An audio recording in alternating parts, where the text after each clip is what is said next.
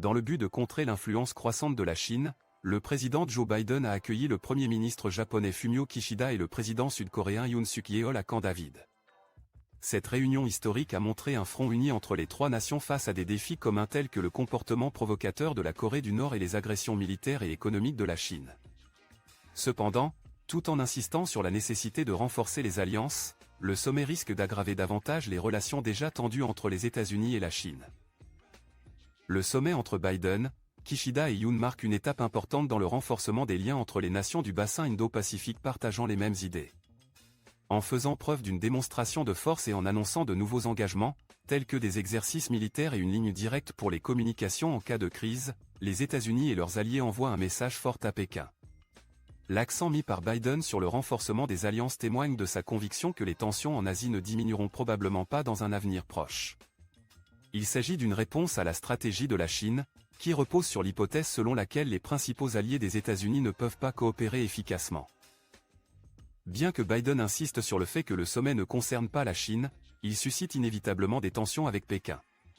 Le ministère chinois des Affaires étrangères a mis en garde contre la recherche de sécurité aux dépens d'autres pays, affirmant que la région Asie-Pacifique ne devrait pas devenir un champ de bataille pour la compétition géopolitique.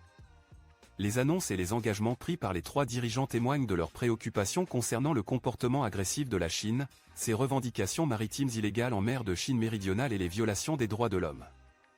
Ce front uni met en évidence les intérêts communs et le potentiel de résistance aux aspirations de la Chine. Que pensez-vous du renforcement des alliances entre les États-Unis, le Japon et la Corée du Sud contre la Chine? Partagez votre opinion dans les commentaires ci-dessous. Si vous avez trouvé cette analyse informative, abonnez-vous à notre chaîne YouTube et partagez cette vidéo sur les réseaux sociaux pour encourager d'autres personnes à rejoindre la discussion. Cependant, il est important de reconnaître que le renforcement de ces alliances peut avoir des conséquences négatives.